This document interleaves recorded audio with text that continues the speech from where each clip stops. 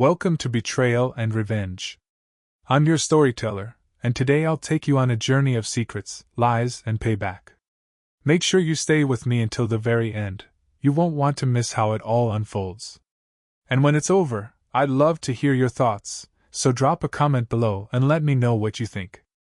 I can pinpoint the exact moment my marriage cracked, 7:48 p.m. on a rainy Thursday, fluorescent light buzzing above the kitchen island. Emily stood in a navy sheath dress she'd bought for important meetings, scrolling through her phone while I plated chicken stir-fry I'd overseasoned again. She didn't look up when she spoke, didn't even pause her thumb. Gavin offered me a ride home. Gavin Lang, her regional director. The man who high-fived interns and quoted Forbes' list like scripture. The man she'd started mentioning the way some people name-drop luxury brands, casually, but always loud enough to register. I wiped soy sauce from the counter. I could have picked you up. You don't have the range, Nate. She finally glanced at me, smile thin. Besides, you were probably busy. Right. Busy? I managed inventory for a warehouse that shut its doors at 5. My evenings were free, my schedule predictable, my world small, exactly the things she once called steady, when steady still felt safe. Now steady had curdled into stagnant, and every time she said my name I heard the echo of that new word vibrating beneath her tongue. Dinner tasted like ash. She talked about quarterly targets. I nodded on autopilot. When she slipped upstairs to change, I cleared plates, rinsed pans, and tried not to imagine Gavin's Tesla idling at the curb, its leather still warm from her silhouette. 30 minutes later she reappeared in leggings and an oversized hoodie, comfort clothes, but her perfume lingered like an alibi she'd forgotten to hide.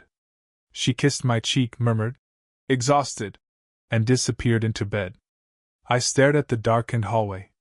Something inside me whispered, "Pay attention." I didn't. Not that night. Over the next weeks, I practiced denial like religion. She worked late, twice, then 3 times a week. Her laugh changed, lighter, almost metallic, the way champagne fizzes when poured too fast. She started wearing heels on Fridays, claiming, board visits, no one else at her level attended. Every sign screamed, but I pressed mute and told myself good husbands trust. Until the company retreat. A 3-day conference at a mountain resort 2 states away. No spouses invited. Team bonding, she said, eyes bright with a thrill that didn't include me. She packed silk blouses and red stilettos I'd never seen. At the airport drop-off she hugged me like a coworker, polite, efficient, over. "We'll FaceTime," she promised, stepping back. I watched her wheel that sleek graphite suitcase through security, Gavin waiting just beyond metal detectors, one hand resting casually on her lower back as they laughed at something I'd never hear. My chest went weightless, then painfully heavy, like an elevator cable snapping mid-descent. FaceTime never came. Her phone died the first night, Wi-Fi was terrible, schedule insane. But Instagram's algorithm didn't die. It served me a tagged photo at 1 a.m., Gavin and Emily clinking glasses beside a stone fireplace, her head tipped toward his shoulder, his caption, "Work hard, celebrate harder." No mention of late meetings. No mention of me. When she returned Sunday evening, suitcase scuffed, blazer slung over her arm, she kissed me deeper than she had in months. I tasted guilt masquerading as desire. She smelled like pine, whiskey, and relief. Relief that I was still here, still steady, still the dull anchor keeping her life respectable. I didn't confront her. I folded her laundry, asked about keynote speakers, pretended her new gold necklace was a conference freebie. But something changed that night. Denial calcified into resolve. I started counting late hours, cataloging Lyft receipts, noting hotel loyalty points on shared credit card statements. Patterns emerged quickly. Tuesday happy hours with the team, Thursday client dinners, all aligning with Gavin's calendar updates she forgot were still public on LinkedIn. 2 months later she asked to talk. We sat at that same kitchen island, her with practiced sorrow, me with silent understanding. She said the usual lines, "We've grown apart. You deserve more." I need someone who pushes me. I nodded. When she added, Gavin and I are serious, I said nothing. Because all I heard was you were never the destination, Nate. Just a layover. She moved out that weekend, into Gavin's downtown condo with the skyline view we once dreamed of. Friends offered sympathy. Colleagues offered beers. My mother offered clichés. I declined them all. I went to work Monday, scanned barcodes, stacked pallets, and felt the cracked elevator cable in my chest finally hit bottom. And at that bottom, oddly, there was no pity. Only space. And in that space, a single question echoed. If stability made me her past, what would power make me to her future? I didn't know yet. But I intended to find out. People assume heartbreak is loud. They expect screaming, plates shattered against drywall, whiskey-fueled monologues into empty rooms. But real heartbreak, the kind that hollows you out from the inside, moves in silence. It sits beside you at breakfast, watches reruns over your shoulder, folds your shirts and tucks in the corners. It's polite. It doesn't knock. It just moves in and never pays rent. After Emily left, I didn't rage. I didn't burn photos or block numbers. I simply paused. The apartment stayed quiet. Her closet half empty. Her side of the bed untouched. I could still smell her conditioner in the shower. I left it there, unopened, like a fossil. She had taken her warmth with her, yes, but left the chill. It crawled into everything. And I let it. For a while. But numbness gets boring. 3 weeks into my new aloneness, I found myself staring at my reflection in a dark screen, not watching, not thinking, just observing. Same tired eyes. Same warehouse polo. Same Nate. Still here. Still breathing. Still irrelevant. And then something strange happened. I opened a folder on my desktop labeled Ideas. Inside were a dozen half-formed business plans I'd written over the years, most while Emily slept beside me, dismissing them as cute. One in particular caught my eye, a logistics algorithm I'd built to streamline regional inventory management. Dry, technical, nerdy. But solid. I stayed up until 3 a.m. rebuilding it. The next day, I called in sick and drove to a co-working space 2 towns over, just to work in anonymity. I signed up for weekend seminars. I devoured videos on venture capital, startup funding, user design. I messaged old college friends who had made something of themselves. Some ghosted. Some offered advice. One connected me with a startup incubator in Denver. So I left. I packed my half-empty apartment into the back of my aging sedan, cashed out my meager savings, and moved across the state line with a laptop, a dream, and a rented mattress. I told no one. Not even my mother. I didn't want support. I wanted isolation. A lab. A crucible. Denver was brutal. Rent drained me. Rejection became a daily routine. Investors laughed. Engineers ghosted. Developers bailed. I ate instant noodles, slept 4 hours a night, took freelance gigs to stay afloat. But every failure sharpened something in me. Every dismissal fed the fire. I kept building. Kept pitching. Kept adjusting the code, refining the model, expanding the vision. 6 months in, I landed a local client. Then another. Word spread. My platform worked. It saved money. It solved a boring problem efficiently, exactly the kind of thing corporations adore. I reinvested every dollar. Upgraded the tech. Hired 1 employee. Then 2. Emily's name hadn't crossed my lips in months. But sometimes, at 2 a.m., when I stared at graphs glowing on my screen, I'd wonder what she thought I'd become. If she even thought of me at all. If Gavin still made her laugh. If the skyline was enough to distract her from the echo of who I'd been. Then I'd shake it off and go back to work. Because the only revenge I craved was relevance. By the end of year 1, we'd outgrown our space. By the end of year 2, we were acquired, partial stake only, but enough to put 6 zeros in my account and my name on the industry map. I didn't celebrate. I just upgraded my mattress. And then came the moment. 3 years post-divorce. A networking gala in Chicago. Big names. Open bars. I wasn't planning to speak, but they pulled me on stage last minute, asked me to say a few words about building something from the bottom. I looked out across the ballroom. That's when I saw them. Emily. In a satin dress, older but still sharp, still poised. Gavin beside her, silver creeping into his temples, hand possessively on her waist. Their smiles dimmed the moment they recognized me. I nodded politely, no malice, no surprise. They hadn't known. But they knew now. I stepped to the mic, took a breath, and began.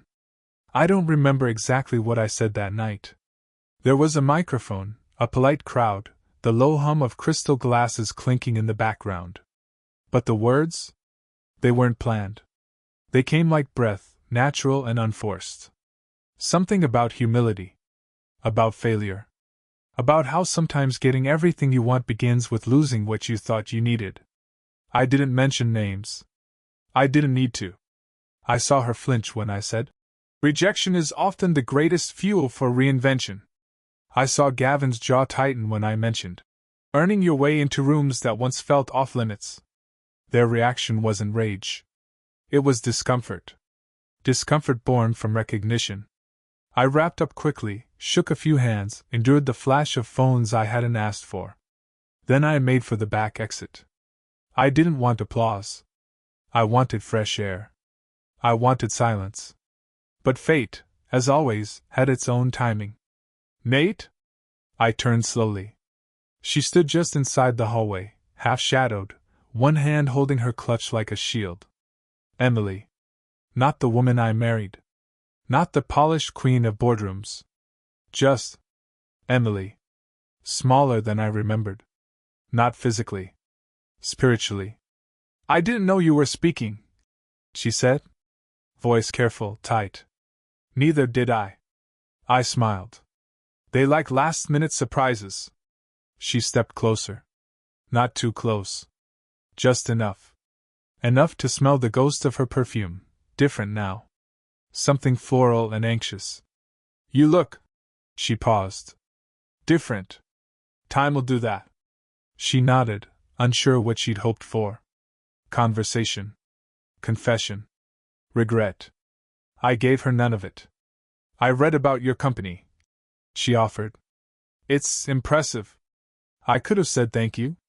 I could have said nothing. Instead, I asked, "How's Gavin?" A flicker. Barely there. But I saw it. In her eyes. In her mouth as it pressed into a line. "He's busy. You know how it is." "Sure." I nodded. "Deadlines.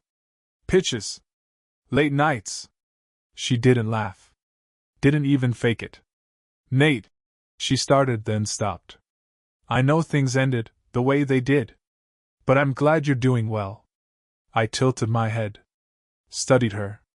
Not as a man studies an old love. But like an artist examining a faded canvas he once swore was a masterpiece. "I'm not doing well because of what happened, Emily," I said. "I'm doing well because I stopped chasing what broke me." Her eyes flickered. Moisture, maybe? Or maybe it was just the lights. She nodded slowly. Tried to smile. Failed. "Well, it was good seeing you." "You too." And just like that, she turned. Heels clicking on marble, back stiff, silhouette vanishing into the crowd of people who no longer mattered. I walked into the night alone. Not lonely. Just alone. And for the first time in years, it felt right. That night wasn't closure. Closure is a myth. That night was something better, confirmation. That everything I'd bled for in silence had led to this moment. Not to humiliate her. Not to take anything back. But to stand calmly in front of what once destroyed me, and feel nothing but peace. She chose the corner office. I chose the void. And in that void, I found the version of myself she was never ready to meet. Denver winters don't feel like redemption, they feel like punishment. Not the cinematic kind, where snow drapes the world in softness and you sip whiskey by a fire. No, this was the kind of winter that bit through layers, that cracked your knuckles and your resolve, that whispered, "You shouldn't be here." And some nights, I believed it. After Emily left, after the company gala where I saw her with Gavin, after the polite, empty words exchanged in a hallway lined with donors and dreamers, I came back to my rented studio with floorboards that creaked louder than my thoughts. The window let in more wind than light. The mattress sat on the floor, no frame. My closet was half work polos, half hoodies. And no one texted goodnight. I told myself this was what growth looked like. But in truth, it was what erasure looked like. I'd erased the man she knew, on purpose. I'd left behind Nate the reliable, the easy, the husband who cooked dinner and believed in mutual goals. I buried him beneath code, pitch decks, rejection emails, and Red Bull-fueled nights. What emerged wasn't finished, it was raw muscle. An instinct more than an identity. I wasn't someone new yet. I was simply becoming. The startup world doesn't care about your pain. VCs don't care about your heartbreak. Engineers don't give discounts for abandonment issues. You want to make it? You bring blood. And when you run out of blood, you bring skin. I pitched 50 times in 2 months. Heard no 48. The last 2 were, maybe. One of them turned into a check. Just $5,000. But it felt like $5 million. I remember the wire transfer landing in my account at 2:12 a.m. I didn't scream. I didn't jump. I just stared at the screen, blinked twice, and whispered, "We're in." Not I. We. Because somewhere along the way, the voice in my head had split. There was the me that wanted to sleep. And the me that refused. The me that missed her. And the me that hated her. The me that still wondered if Gavin kissed her forehead in the mornings the way I used to. And the me that wanted to buy the building he worked in just to fire him through a pane of glass. Those 2 versions of me fought constantly. Only one would survive. And he was hungry. I stopped dating. Not out of bitterness, but because I had nothing left to give. I couldn't fake charm. Couldn't pretend to care about favorite movies or brunch spots or astrology memes. I was building something. Something savage. Something sacred. Something that didn't leave room for lipstick on my pillow or questions like, "So what happened with your ex?" I didn't want to tell that story. I wanted to rewrite it. It was in that void, where nights were long and praise was absent, that I found momentum. Not happiness. Not confidence. Just motion. Pure and deliberate. I started sleeping on a schedule, tracking habits, reading obsessively. I studied men who built empires after being broken. Jobs. Musk. Schultz. Fictional or not, I devoured their pain. And I used it like scaffolding. Emily faded. Not all at once. But like fog lifting from a field. I no longer needed to win her back. I no longer wanted her to see what she'd lost. I wanted to become someone she wouldn't recognize. And I was close. The first time a real client signed a contract, I didn't smile.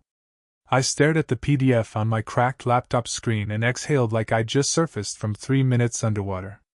It wasn't a big name, just a regional distribution firm in Fort Collins that needed to cut fuel costs. But they trusted my platform. Paid real money for it. Let me plug my code into their infrastructure and cross my fingers. It worked. Not perfectly, but enough. The software rerouted shipments more efficiently. Trimmed 11% off their monthly costs. They sent a referral. Then another. Within weeks, I had 4 paying clients and a reason to stop living off instant oatmeal and borrowed hope. But success, even small success, doesn't cure you. It just rearranges your pain. Gives it new furniture. I moved into a slightly better place, still rented, still sparse, but now with actual curtains and a desk. I could afford a better mattress. A newer laptop. Groceries that didn't come in plastic packs. I started breathing deeper. Sleeping a little longer. But the nights remained heavy. Because no matter how many invoices I sent, no matter how many spreadsheets turned green, there was still no one to say, "I'm proud of you." No partner in the kitchen. No shared coffee on the balcony. My victories were solitary. My milestones echoed in empty rooms. And Emily was still out there. I didn't stalk her. I refused to. I blocked her on everything the week after our hallway encounter. Not because I was angry, but because she was no longer real to me. She was an idea that had expired. A page I turned. But sometimes, in the moments between keystrokes and midnight emails, I'd wonder if she'd felt the weight of what she'd done.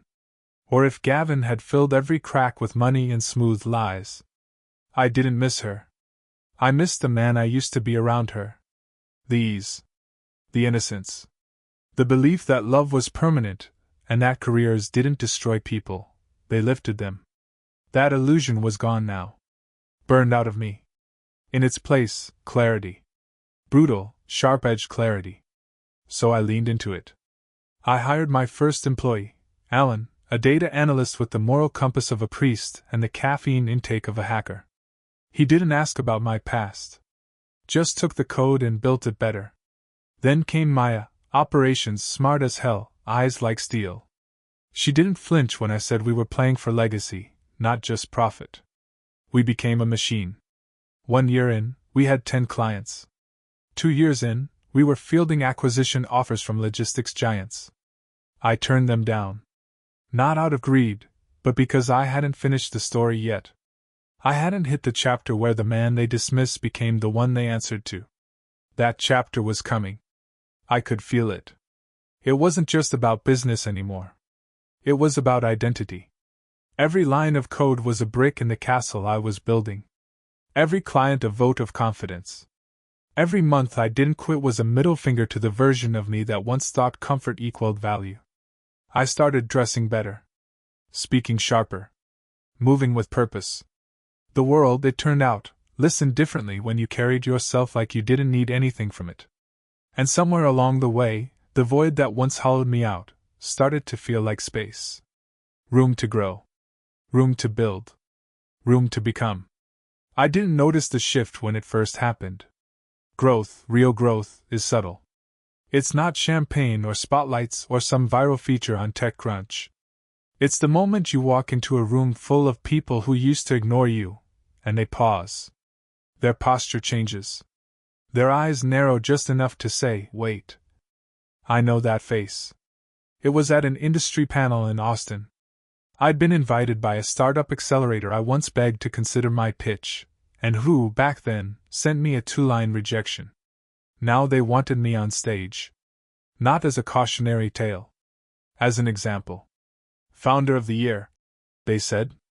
Self-funded, scaled, sold, still growing. I wore the only suit I owned. Nothing flashy. Black, tailored, quiet.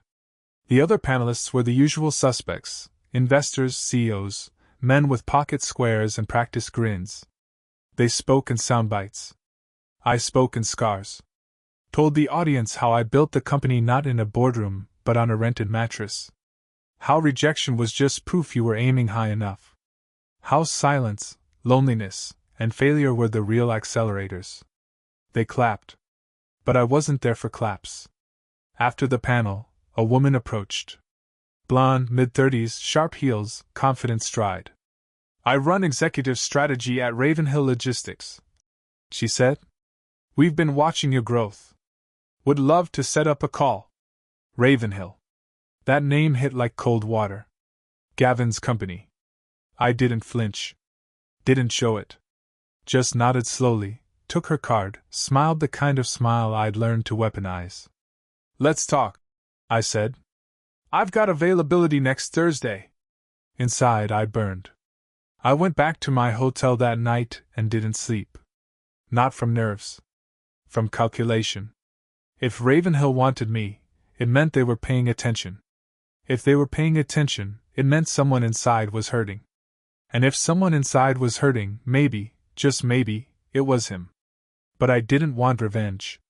Not directly. Not yet. I wanted the seat across the table. The one with the power to say no with a smile. The call happened. Then a second. Then a dinner. Within weeks, I had a contract in front of me, Ravenhill's offer to integrate my platform into their regional fleet. Not a buyout. A partnership. Equal. Mutually beneficial. I signed.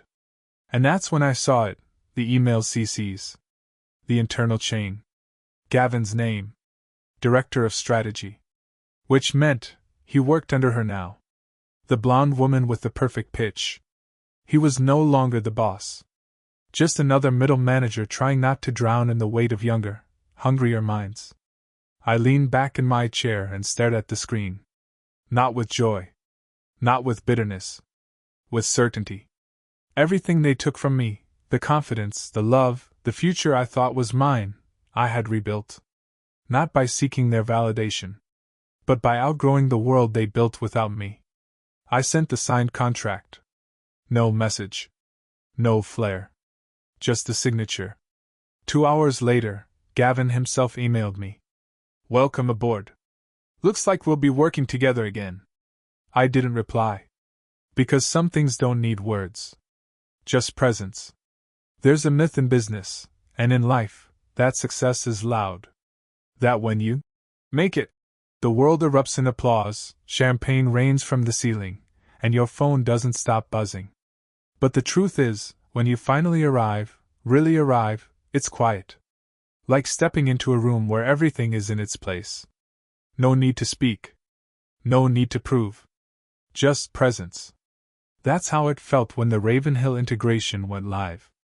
My platform didn't just streamline their fleet, it transformed it. Delivery routes optimized in real time. Cost margins sliced. Driver satisfaction up. Quarterly profits spiked. And Gavin? His name appeared less and less on CCs. His influence, once absolute, became diluted. Eventually, I stopped seeing his name at all. I didn't ask. Didn't need to. Because now I wasn't in meetings with middle managers. I was in rooms with board members.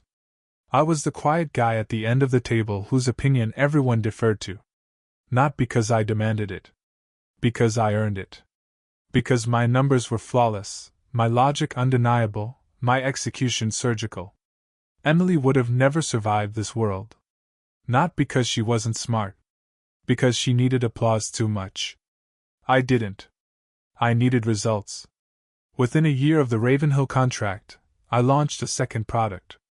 Not just optimization, but predictive logistics powered by AI. Complex, adaptive, and years ahead of the curve. It got attention. Not just regional, but national. Tech publications wrote glowing articles. Interviews poured in. A podcast went viral after I calmly dismantled an arrogant VC live on air. People started calling me the quiet storm of logistics tech. I hired 30 people. Then 50. Then we expanded to Toronto, then London. Not because I wanted to grow fast, but because the demand was undeniable. And then, the invite came. A black envelope. No return address. Just my name. Inside, an invitation to the Forbes Under 40 Leadership Summit. Not a public one. A private event, off-grid, undisclosed location, limited to 50 founders and CEOs changing the fabric of modern industry. I held the card in my hand for a long time. Not because I was shocked. Because I wasn't. I knew I'd belong. I had for a while. I just hadn't paused long enough to realize I wasn't climbing anymore. I was already at the summit. And the view? It was cold. Beautiful. But cold. Because up here, the air was thin. There was no one to celebrate with. No partner to look across the room and whisper, "Can you believe this?" And I wondered, not for the first time, if I had sacrificed too much to become this version of me. The one who didn't flinch, didn't chase, didn't fall in love. Only conquered.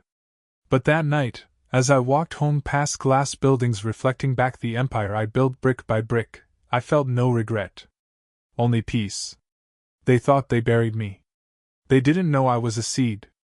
The car pulled up to the old street just after dusk. Denver hadn't changed much, but I had. I rolled down the window as we neared the corner, letting the air hit my face like a memory. The same cracked sidewalks. The same tired lampposts. But it all felt smaller now. Like walking through a childhood home where the ceilings aren't quite as high as you remembered. I wasn't back for nostalgia. I was back for a reason. The city was hosting a regional innovation summit: tech, logistics, energy. Normally I wouldn't have bothered. But this time, they wanted me as keynote speaker. Mr. Nathan Carter, founder and CEO of Stride Systems. Front page billing. Corporate sponsors. And a small, tight-lipped rumor that Raven Hill's executive leadership would be attending in full. I didn't ask who organized it. I already knew. Denver was still Gavin's town. At least in his head. I stepped on stage in a dark suit, no tie. Simple. Precise. The audience was full, some local, some flown in. Eyes locked on me. I spoke about the future of adaptive logistics, the death of legacy frameworks, and the rise of decentralized operational models. But beneath every word was fire. Not anger. Focus. Precision honed by years of being underestimated. When I finished, they stood. Some cheered. Some sat still, thinking. Those are the ones I cared about. After the applause faded, I stepped down, made my way toward the exit, until I heard it. Nathan. That voice. I hadn't heard it in 3 years. Not since the night she stood half in shadow at a gala and told me I looked different. Emily. I turned slowly. She was dressed sharply, tailored blazer, minimalist jewelry, hair pulled back like it used to be when she was closing deals. But there was something else now. A tension around the eyes. A fragility beneath the polish. That was impressive, she said. Thanks, I replied, neutral. She looked like she wanted to say more. Like she'd rehearsed something. Instead, she hesitated. I didn't know you were in Denver. Didn't know you still were. Silence. Heavy. Not hostile. Just full. I've been meaning to reach out, she began. Don't. Her eyes flickered. Not hurt, surprise. I wasn't cruel. Just clear. We had our story, I said. It ended. There's nothing left to reach into. I didn't mean. Doesn't matter what you meant. I took a step closer, not threatening, just final. You made your choice. I made mine. I hope you're happy. Truly. But don't try to reattach threads you cut yourself. She blinked. Held her breath like she might cry, then caught herself. I just thought maybe we could talk. Just once. For closure. Closure's a myth, I said. You don't get it from a conversation. You get it from healing. I turned and walked out, not looking back. The city lights flickered across my windshield as the driver pulled away. And I realized that wasn't a confrontation. It wasn't a test. It was a confirmation. That I wasn't who I used to be. And she couldn't reach me anymore. 2 weeks after the summit in Denver, I was in New York, not for business, but to breathe. For the first time in 3 years, I booked a suite with no laptop, no meetings, no assistant within a 10-mile radius. Just tall windows, thick silence, and the echo of a man who finally had nothing left to prove. That's when the call came. A withheld number. I almost let it ring out. Almost. Mr. Carter, the voice said smoothly. We're ready to talk acquisition. Not partial. Not phased. Full buyout. Are you interested in hearing the number? I leaned against the window, watching yellow cabs pinball down the avenue. Talk. What followed wasn't negotiation. It was tribute. They knew what I built. They knew how lean, how clean, how wildly efficient my infrastructure had become. They didn't want to absorb it. They wanted to wear it like armor. The number they offered? Astronomical. Generational. Enough to buy silence. Or a new life. Or both. But I didn't respond. Not right away. Instead, I hung up, poured a glass of wine, and stood in the dark with Manhattan at my feet. I thought of Emily. Of Gavin. Of the apartment I once came home to, cold, half-empty, echoing with betrayal. And then I thought of every person who had joined me since. Alan. Maya. Our team in Toronto. The interns who became leaders. The people who believed in what we were, not just what we sold. I picked up my phone again. Called Maya. They want to buy it all, I said. So? She replied, voice calm but curious. I could walk. Start over. Vanish. Silence. Then. You could. But that's not who you are anymore. She was right. I wasn't a ghost. I wasn't a survivor. I was the architect. And this thing I built? It wasn't just revenge. It was legacy. I called the acquisition team back the next morning. Thanks, I said. But I'm not for sale. Their silence said everything. I ended the call, stepped outside into the brisk morning, and felt the wind bite at my collar. Not as an enemy, but as a reminder. I had stood in the fire. Let it burn me down. And I rose, not like a phoenix, but like steel. Unyielding. Unapologetic. Untouchable. The email looked ordinary. No subject line. No signature. Just a few plain words. We need to talk. Please. E. I stared at it for a long time, coffee growing cold in my hand. It had been nearly 2 years since I last saw her. Since that brief, broken conversation in Denver where she tried to resurface like a ghost in daylight. I thought that moment was the end, her last reach, my final closure. But this message wasn't from that version of her. There was desperation in its simplicity.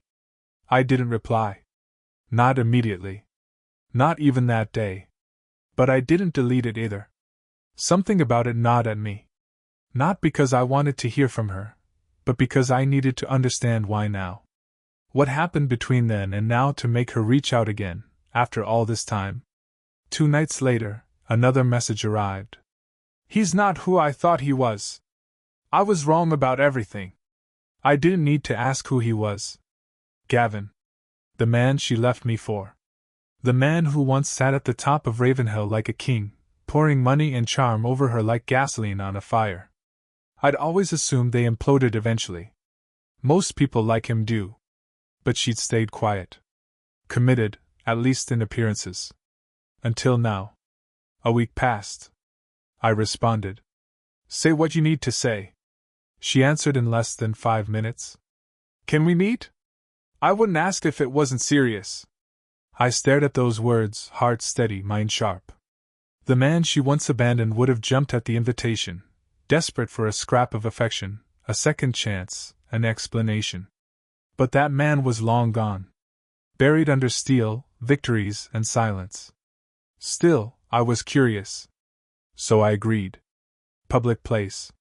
Midday. No drama. We met in a quiet cafe on the east side. I arrived 5 minutes early, sat by the window, and watched her walk in. Emily looked older. Not aged, just worn. Her movements weren't as fluid, her eyes not as certain. She sat across from me like someone who knew they were out of chances. Thank you for coming, she said. Talk. She swallowed hard. Took a breath. And then she unraveled. I made a mistake. A huge one. Gavin, he's not what I thought. He's not successful anymore.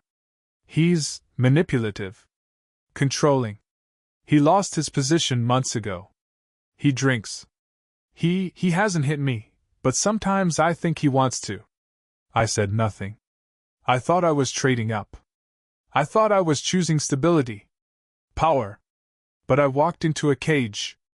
And every time I think about what I gave up. She stopped, emotion catching her throat. You didn't just build a company, Nathan. You became everything I thought you never could be. And I see that now. Her voice dropped to a whisper. I miss the man you were. And I don't deserve the man you've become. The moment hung heavy. Her eyes shimmered, but she didn't cry. She knew better. She knew tears wouldn't fix it. Nothing would. So why am I here? I finally asked. I don't want anything, she said quickly. I swear. Not money. Not favors. I just needed you to know I'm sorry. And I needed someone to see me before I disappear completely. I studied her. The weight. The regret. The unraveling. And then I said what I came to say. You're right. You don't deserve who I became. But maybe you needed to lose me to finally find yourself. She nodded slowly. No arguments. No rebuttals. Goodbye, Emily. And I stood up and walked away, not with anger, but with peace. I didn't hear from her again. Not the next day. Not the next month. Not even when news about Gavin finally broke. It started as a whisper in a closed Slack channel. An anonymous post leaked from inside Ravenhill. Then another. Then screenshots. Accusations of falsified performance metrics, inflated contracts, and questionable personal expenses, all traced back to one name, Gavin Mercer. The man who once held his company like a throne now stood accused of manipulating quarterly reports to maintain control. The board didn't wait for trials or testimonies. They suspended him pending investigation. Within days he was gone. No press conference. No apology. Just gone. I read about it in silence, sitting in the same chair I'd built my company from, 5 years and a million miles away from the version of me he'd once tried to bury. I didn't reach out. Didn't comment. Didn't celebrate. But I watched. Not because I needed him to fall, but because I needed to witness the completion of the arc. Not revenge. Not justice. Just closure in its purest form, watching the lie collapse under its own weight. Then came the letter. Not an email. A real letter. Mailed. Stamped. Handwritten. I recognized the handwriting instantly. It was Gavin. Inside, just one page. You win. I hope it was worth it. Gee. I read it twice. Then a third time. And I laughed. Not out loud. Not cruelly. Just the kind of laugh that comes from knowing you were never in the same race. That he spent years trying to beat me in a game I stopped playing long ago. He thought success was a scoreboard. But I'd learned something deeper. Success isn't about winning. It's about not needing to. Still, something in me stirred. Not pity. Not glee. Finality. I stood, walked outside, and tore the letter in half. Then in half again. Tossed the pieces in the wind. Let them go like ashes. That night, as I sat in my office, surrounded by everything I'd built, respected by people who never even heard his name, I opened an old file I hadn't touched in years. It was a backup of my very first business plan. I read through it slowly, seeing the fingerprints of a younger man who still believed love was permanent and loyalty meant forever. And then I hit delete. Because that chapter didn't need to live anymore. Not even in memory. Spring came late that year. The city was slow to thaw, as if even the seasons needed time to unfreeze from everything the world had become. But inside me, something had already shifted. I wasn't healing anymore. I was done. The shadows I'd carried for years, Emily's betrayal, Gavin's arrogance, the gnawing ache of not being enough, they no longer pulled at me. They no longer whispered. They no longer mattered. I didn't just survive them. I outgrew them. The realization came slowly, like dawn through thick blinds, but when it settled in, it felt absolute. I wasn't looking over my shoulder anymore. Wasn't wondering what they were doing, thinking, regretting. That story, with all its broken chapters, was finished. What remained was mine. That week, I met with my board. Told them I'd be stepping back from day-to-day operations. Not disappearing, but shifting. I would stay as chairman, strategic advisor. But I wouldn't live in meetings. Wouldn't measure my worth in KPIs or expansion charts. I was building something new. Not a company. Not an empire. A life. One morning, I packed a single suitcase and drove north.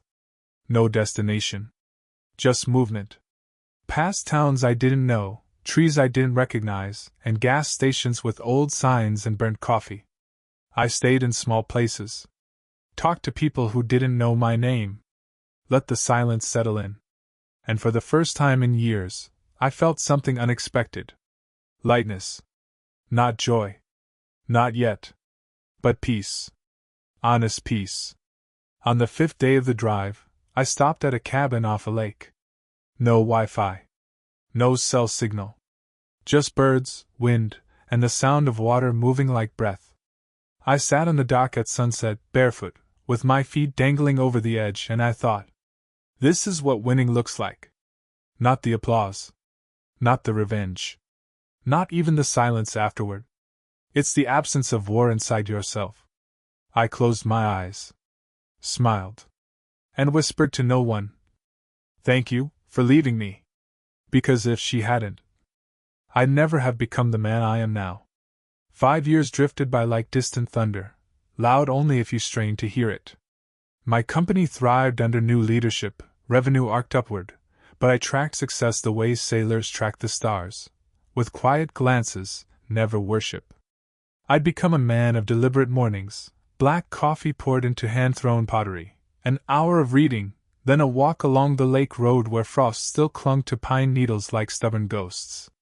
No alarms, no meetings unless I chose them, no relics of the people who once defined my trajectory. Then the letter arrived. It was late autumn, maples bleeding crimson along the waterline. The postman left a single envelope on the porch rail, cream stock, fountain pen ink, no return address, my name written with a kind of caution that suggested the writer worried I might not want to read. I almost tossed it into the fireplace unopened. I'd grown suspicious of nostalgia disguised as correspondence. But the weight of the paper felt intentional. Respectful. I slit the flap with a thumbnail. Inside, 2 pages. The salutation stopped me cold. Dear Mr. Carter, you don't know me, but your story saved my mother's life. I sat. The dog lifted her head from the rug, sensing the shift in my breathing. The writer, Ava, explained in precise, practiced sentences. She was 22, interning at a women's shelter in Denver. A year earlier, a woman arrived bruised, starving for safety. The woman told staff she'd once sacrificed everything for a man who promised the world and delivered a cage. She had left behind friends, career, dignity. All she carried was a flash drive containing articles, podcasts, and a video of a quiet CEO speaking on resilience at an Austin panel, the same footage that had gone viral. That CEO was me. My words, "Rejection is proof you aimed high enough," became her mantra during sleepless nights on a shelter cot. The woman was Emily. Ava's letter unfolded Emily's second fall, Gavin's dismissal, mounting debts, verbal threats that became physical the night Emily fled their high-rise with nothing but fear and a handbag. At the shelter, she started over, cleaning offices at dawn, attending trauma counseling, refusing charity beyond what she'd earned back tenfold. She spoke little of her past but showed Ava my talk whenever new residents lost hope. He rebuilt from nothing, Emily would say, voice steady. So will we. I paused there, eyes drifting to the window where late sunlight fractured across water. The irony cut deep. The woman who once weaponized my stability now invoked my survival as proof life could restart. Not redemption, transformation forced by pain she'd chosen, then escaped. The letter continued. Emily now rented a small apartment near the shelter, studied nights for a social work credential, and had asked Ava to send the man she wronged a single message. Ava wrote, "She understands if you never reply. She only hopes you'll believe she's trying to become someone worthy of the forgiveness she no longer expects." I folded the pages, heartbeat rhythmic, not racing. Forgiveness? The word no longer stung. It felt light, distant. Like reading history in a museum about a war whose veterans were all gone. The anger had evaporated years ago. In its place, neutrality. But neutrality, I realized now, could evolve into grace. I lifted a pen, pulled a fresh sheet of paper, and began to write.